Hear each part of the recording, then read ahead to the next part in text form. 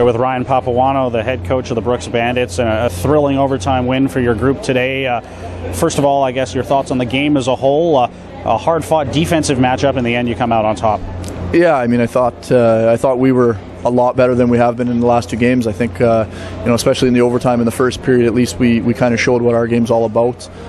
Second period, obviously not. But no, they were a good team. I mean, they definitely played hard as a unit, and the tough thing about them was every line came the same way. Their D were all solid, and obviously their goaltending was really good. So it was tough to find holes in the action, but luckily we got those 2 goals. They tied it up late in the third. Did the bench deflate at that point, or did you sense some resiliency from your group at that point?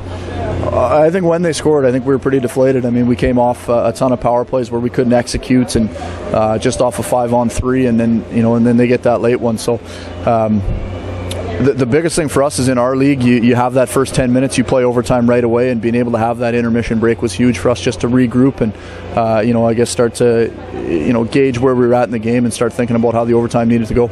You thought you'd won the game a couple minutes earlier off a shot from center by Chris Muscovy, but it ends up being offside. What was going through your mind at that point? Well, I mean, I have to argue that it's a goal. It probably was offside. I mean, we'll look at the video, but it was just more of a surprise than anything that it went in. But I mean, yeah, chances are probably offside. And then the eventual winner, some good work to force a turnover in deep, and they get the puck in the net. Yeah, I mean, we had some opportunities. I thought we were good off the rush in overtime, and then obviously on that play there, we got it to the slot to McLeese. Shot gets blocked. It seemed like a lot of those were getting blocked tonight, and then just fortunately right on Pilling's tape and pucks in the net. So great for our guys to come back and be resilient, like you said, and then hopefully we can use some of that and push forward for tomorrow. All right, well, thanks a lot, and congratulations once again on the win. Thank you. There you're joined by the Brooks Bandits player of the game, Taylor Macon, and wow, that must have been a fun one to play in. First of all, your thoughts on the game as a whole?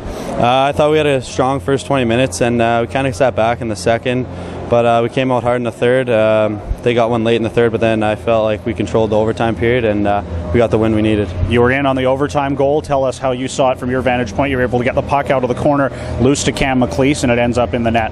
Yeah, I was just coming in. Petrozelli had a good forecheck, and the guy turned it over, and it came right on my stick, and I seen Cam in the slot, and he shot it, and got blocked, but it went right on Shane's stick, and he finished it off. How big was this win for you guys when you look at the potential alternative and the fact that you could have been down to 1-2 instead? Now you're right back in the thick of things. This was huge for us. We really needed this one, and we came out in the overtime period knowing that, and our guys responded, and we played really well. All right, thanks a lot, and congratulations on the win. Thank you. There you go, Taylor Macon after the Bandits win here this afternoon.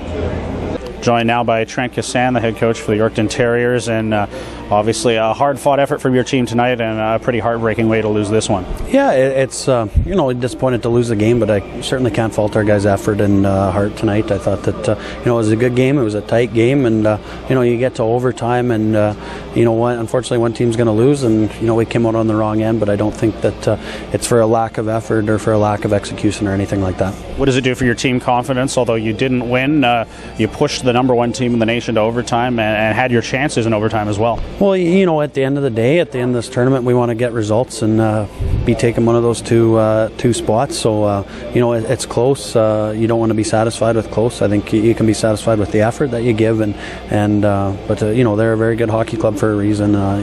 Been consistent all year long. They bounced back from probably an effort that they weren't as pleased with the other night. But I think our guys have shown consistency in this tournament. We've had 3 1-goal games and come out on top of 2 of them. So if we can build off that and know that when we do get to that playoff round, those games are going to be tight, and we know that we can play in those situations. You gave up the opening goal early, but I thought your team had an incredible ability to stick around in the game, and you eventually get the tying goal late. Your thoughts on the goal itself? Yeah, we spent a lot of the first period penalty killing, and if anything, we need to be more disciplined. I thought some of the penalties we took were ones we just can't take, and we spent they have a heck of a power play. They move the puck around very well, and some real good shooters, and we probably expended more energy on the penalty kill than what we needed to. And I thought maybe in overtime a little bit the energy level dipped a little bit. I thought the last 5 minutes, when you have that final push to tie it up, it takes a lot of energy there. And maybe if you don't go to that intermission and break, maybe we continue with that emotion and energy, but that little bit of a break maybe set us back a little bit, but that's hockey. All right, well, thanks a lot for joining me here after this one today. Thank you. Terriers goaltender Dawson McCauley here with me here, and obviously a disappointing way to lose the game here this afternoon after a good effort from your group. Your thoughts on the game as a whole, I guess? We came out to a tough start. Ran into some penalty trouble in the first. Managed to get out of it only down 1 goal, and we battled hard for the rest of the game. We showed a lot of character tying it up late, and we had so many chances to win it in the third and in overtime. Unfortunately, we couldn't come out with a win, but we can still take a lot of positives out of that. Obviously, the overtime winner, a tough one for yourself through traffic. Did you get a clean look at it, or how do you look back on that? It was a hectic play. I got to give credit to my guys. They were throwing their bodies on the line there, blocking shots, and a lot of puck movement. I maybe just got over a little bit late, and he got the puck off pretty quick, and I just wasn't able to get fully set, and he just snuck it through. Now a final round-robin game for you guys against Surrey. What do you focus on looking ahead to that one? And obviously a pretty important game when you look at seeding for the playoff round. Yeah. I mean, we just got to go in there and play our game like we have all tournament long. I mean, we can't try and do anything differently. Just play our Terrier hockey. Hard nose hitting, and just we got to grind out that win. All right. Well, thanks a lot for joining me. Thank you. There you go, Dawson McCauley, Terriers goaltender, as they lose to Brooks here this afternoon. Joined by Matt Ehrhardt, head coach of the Surrey Eagles, 4-0 win over the Nanaimo Clippers. I talked to you before the game. You said you had a good about 60 minutes combined in your first 2 games. So this is a complete 60 here tonight. Yeah, I thought our guys responded pretty well. We had a pretty good chat after last night's game about why the guys were here, and basically we need to put 60-minute efforts to beat any team here, and we thought we came out, Nanaimo had a good push at the start, but we did a pretty good job keeping things to the outside and put together fairly good 60 minutes for us. Good teams always find an extra gear. It seemed like you guys in the second period broke through after a pretty tight first 15-20 minutes in this hockey game.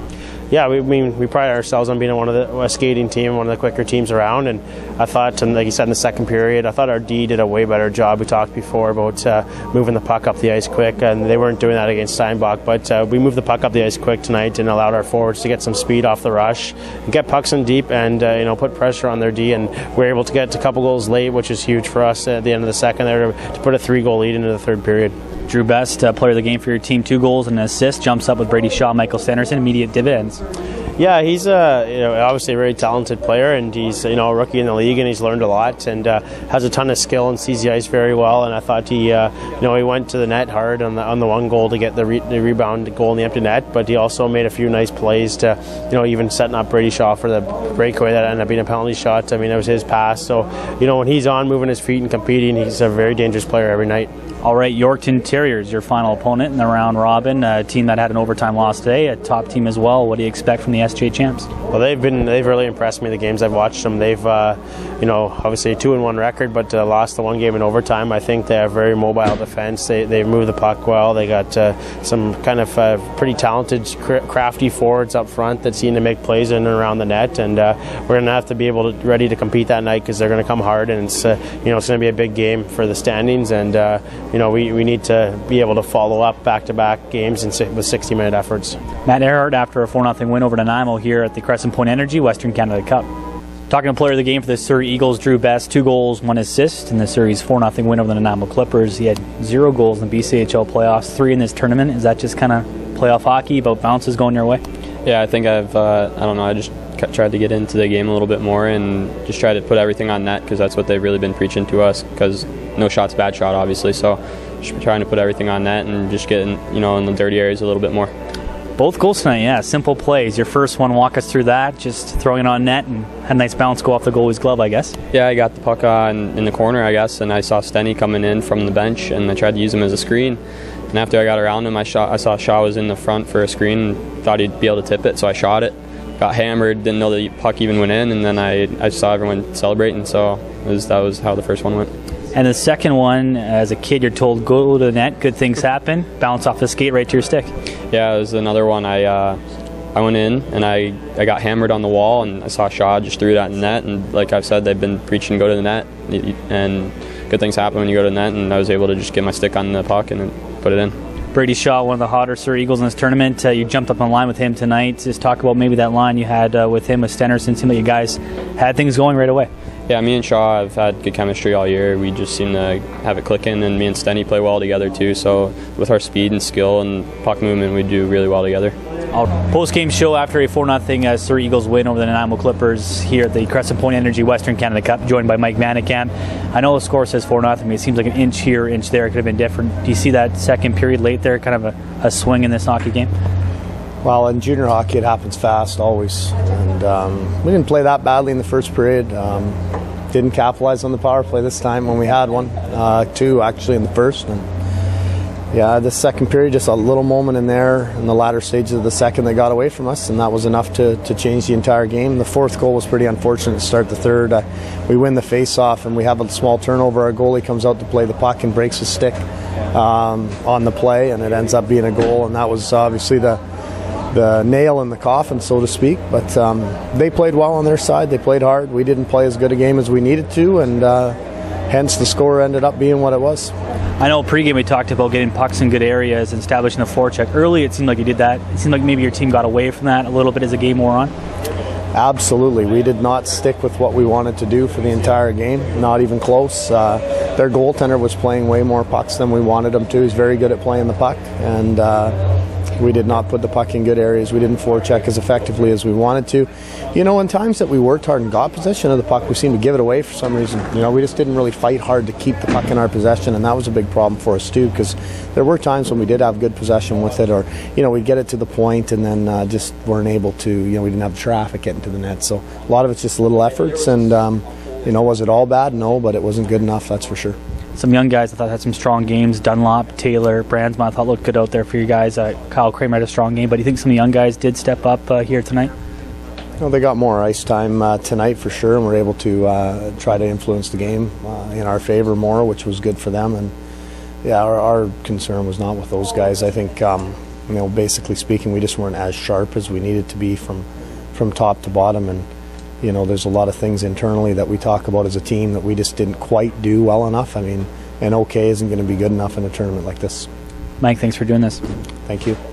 Talking to Kyle Kramer, Nanaimo Clippers player of the game, a 4-0 loss to Surrey. Good push by your team in the first 10 minutes, I thought, in that first period, a good first period. Was it the second period maybe a difference here tonight for your hockey club? Yeah, I think, you know, the first period, I think we all felt pretty content just sticking around, and second period, you know, they really exposed us.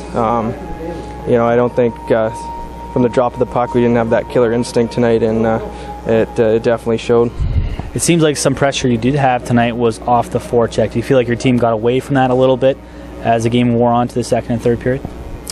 I mean, there's glimpses of, you know, good forechecks throughout the game, but I mean, they got a goalie that plays the puck well, and we definitely didn't dump pucks where we needed to, and you know, when you got a good goalie like that, it's like another defenseman, and you know, we didn't get a chance to establish a forecheck pretty much all game long. So Game 7 type mentality coming up on Thursday against the Steinbach Pistons. Is that how you approach it? You know, a do or die game at the Western Canada Cup? Yeah, that's what it comes down to now. You know, I think we're all pretty upset with you know, the opportunity that we threw away tonight, and you know, tomorrow we got a day where we can you know, get back to practice, work hard, and come back. And you know, I know all the boys are going to be going come Thursday night, so we're looking forward to the challenge. Kyle Kramer after a 4-0 loss to the Surrey Eagles here at the Crescent Point Energy Western Canada Cup.